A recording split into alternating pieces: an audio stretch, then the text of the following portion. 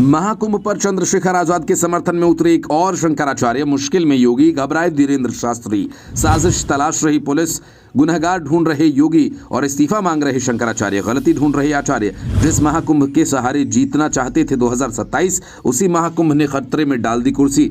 PM के सहारे CM. Chandrashekhar Azad ने एक बयान महाकुंभ पर क्या दे दिया। धर्म के ठेकेदारों ने सारा देश सिर पर उठा लिया था। कोई चंद्रशेखर के सिर पर इनाम रख रहा है, कोई सजा की मांग कर रहा था। लेकिन जब महाकुंभ में हादसा हुआ और लोगों की जान गई, फिर सरकार को और अधिकारियों को अकल आई। फिर जब सरकार और अधिकारियों की कारगुजारी आई तो वे ठेकेदार गायब हो गए। लेकिन अब चंद्रशेखर आजाद को एक और शंकराचार्य का साथ मिल गया, क्योंकि महाकुंभ में कितनों ने अपनों को खो दिया ये अभी तक साफ नहीं। आज तक भी बहुत सारे लोग ऐसे हैं जो अपनों की तलाश में लगे हैं। खोया पाया केंद्र भी लोगों की मदद करने में नाकाम साबित हो रहा है। लेकिन दूसरी तरफ फूल बरसाए जा रहे हैं, पीएम डुबकी लगा रहे हैं, जिस पर चंद्रशेखर आजाद सवाल उठा रहे हैं। क्या उनकी लाशों की बीजेपी सरकार? देखिए सर, आप कहोगे फिर चंद्रशेखर ने विवादित बयान दे दिया। सच को आंच नहीं होती। मैंने बहुत दिन पहले कहा था कि ये जिस तरह आस्था का इवेंट बनाया जा रहा है, इसका खामियाजा भुगतना पड़ेगा। लेकिन भुगतना किसको पड़ा? जनता को। अगर इस तरह से किसी को मोक्ष मिलता है तो हिंदू संस्कृति के अनुसार तो मोक्ष के लिए आदमी सैकड़ों साल तपस्या करता है, तमाम तरह के त्याग करता है। तो फिर जो औरों को मोक्ष देने की बात करते हैं, पहले उनको ही मोक्ष ले लेना चाहिए।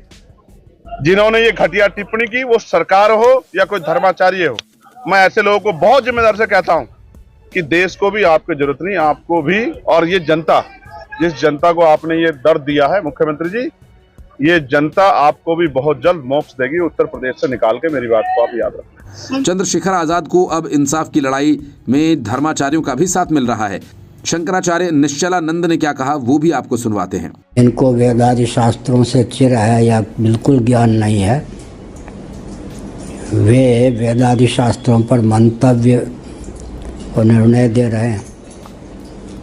अशोक सिंघल जी ने क्या किया, जहाँ 2 या 3 नदियों का संगम था, भाजपा समर्थित या भाजपा की सरकार थी, वहाँ प्रतिवर्ष कुंभ मनाना शुरू कर दिया।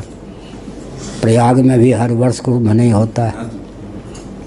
आदित्यनाथ योगी जी ने विधानसभा से पारित करा के प्रयाग के अर्धकुंभ को पूर्ण कुंभ को घोषित कर दिया। किसी ऋषि ने भी ऐसा साहस नहीं किया था।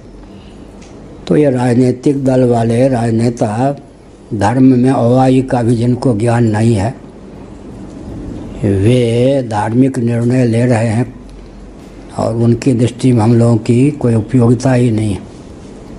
समझ गए ना? तो आप कैसा हिंदू राष्ट्र चाहते हैं? प्रश्न तो यह है। एक तरफ शंकराचार्य और दूसरी तरफ चंद्रशेखर। उत्तर प्रदेश के मुख्यमंत्री चारों तरफ से घिर गए, क्योंकि धर्माचार्यों को चंद्रशेखर आजाद ने यह भी बता दिया कि सरकार को इस वक्त क्या करना चाहिए और अगर वो सत्ता में होते तो क्या करते। आप ये समझिए, किसी ने अपना बेटा खो दिया, किसी ने अपना पति खो दिया, किसी ने अपना भाई खो दिया, किसी ने अपनी बच्ची खो दी, किसी ने अपनी बहन खो दी। एक सुई नहीं बर्दाश्त कर सकता आदमी। और आप फोटो नहीं देख पाओगे मेरे फोन में, गोरखपुर के लोग, क्योंकि मैं वहां चुनाव लड़ के आया था, वहां के लोगों ने भेजे मुझे, आप फोटो नहीं देख पाओगे। यहां से नीचे का शरीर नहीं है, इस तरह चिकले गए हैं और जानवरों की तरह उठा के फेंक दिए गए। और एक ही मीडिया की रिपोर्ट है कि 1500 लोग मिसिंग है और छिपा रहे हो। और मैंने अभी ये बताया, कोलकाता के लोगों को कोलकाता भेज रहे हो, बंगाल के लोगों को बंगाल भेज रहे हो, हरियाणा के लोगों को हरियाणा भेज रहे हो, कि पूरा सिस्टम सिर्फ लाशों को इधर उधर भेज के संख्या कम करने और आंकड़े छिपाने पे लगा रहा, जो सिस्टम कहता है कि हम बहुत अच्छी कानून व्यवस्था है। मैं बड़े दुख तकलीफ के साथ उन परिवारों के प्रति संवेदना प्रकट करता हूं और कुदरत से प्रार्थना करता हूं कि उनको दुख सहने की शक्ति दें। इसका दुख के समय में मैं उनके लिए, क्योंकि मैं उस शक्ति में नहीं, वरना तो उनको न्याय दिलाने के लिए जो भी इसमें आरोपी है, जिनकी लापरवाही से, उन पर भी कार्रवाई करता और कम से कम 1-1 करोड़ रुपए का मुआवजा उन परिवारों को देता जिन परिवार ने अपने लोग को दिया। राजनीति के जानकारों का मानना है कि बीजेपी सरकार ने महाकुंभ 2027 की तैयारी के लिए इसे भव्य बनाने और रिकॉर्ड बनाने के चक्कर में ब्लंडर कर दिया, क्योंकि ज्यादा से ज्यादा लोगों को लाने के चक्कर में मिसमैनेजमेंट हो गया, जिसका फायदा अब अखिलेश यादव जैसे नेता उठा रहे हैं। हम और आप कितना कहेंगे जिन्होंने ये कहा कि ये डिजिटल महाकुंभ होने जा रहा है। डिजिटल महाकुंभ में सीसीटीवी लगाए गए और सुनने में ये आ रहा है कि जो कैमरा या उसके पीछे जो टेक्नोलॉजी थी वो एआई बेस्ड टेक्नोलॉजी थी। तो अगर हम उस पर भी सवाल नहीं पूछें तो सरकार को तो पता होगा। फिर एक दिन सरकार ये कहती है कि उन्होंने नेटवर्क के माध्यम से संगम नोज पे ये जानकारी की है कि उस समय पर 16,000 मोबाइल उस समय नेटवर्क में थे। तो ये आंकड़े जो बताए जा रहे हैं, अगर आंकड़े आप पर ये आ रहे हैं तो लाशों के आंकड़े क्यों नहीं दे रही सरकार? और जो लोग आज भी खोया पाया केंद्र को ढूंढ रहे हैं, और मैंने सेना की बात इसलिए कही, हालांकि वो बात मैं नहीं कह पाया, कि सेना का पूरा जगह इंतजाम है। अगर भीड़ ज्यादा हो गई थी तो सेना के परिसर में क्यों नहीं स्पेस दिया गया?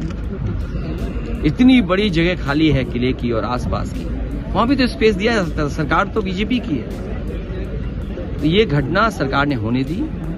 अब जानकारी नहीं देना चाहते हैं और जो कोई थोड़ा बहुत जानकारी देगा उस पर एफआईआर हो जाएगी। सिर्फ अखिलेश यादव ही नहीं, फारूक अब्दुल्ला जैसे लोग भी अब सवाल उठा रहे हैं। देखिए उन्होंने क्या बयान दिया। महाकुंभ में जाएंगे सर, आप 44 साल के बाद महाकुंभ होने। मैं तो घर में नहाता हूँ। मेरा खुदा जो है वो पानी में है। सर दिल्ली इलेक्शन में मेरा खुदा न मस्जिद में है, न मंदिर में है, न गुरुद्वारे में। मेरा खुदा मेरे हर जगह। सोचिए अगर कुछ दिन पहले किसी नेता ने यह बयान दिया होता तो क्या हाल होता। चंद्रशेखर आजाद के बयान पर कितना बवाल हुआ था। लोग उनको सर कलम करने तक की धमकी दे रहे थे। लेकिन अब सब बदल गया। खुद धर्माचार्य ही सवाल उठा रहे हैं। आचार्य धीरेन्द्र शास्त्री जैसे धर्मगुरु और शंकराचार्य अब आमने सामने आ रहे हैं, क्योंकि महाकुंभ की व्यवस्था पर दोनों के सवाल अलग हैं। ये सब सुनकर आप कमेंट करके बताइए कि क्या चंद्रशेखर आजाद के सवाल सही थे या गलत।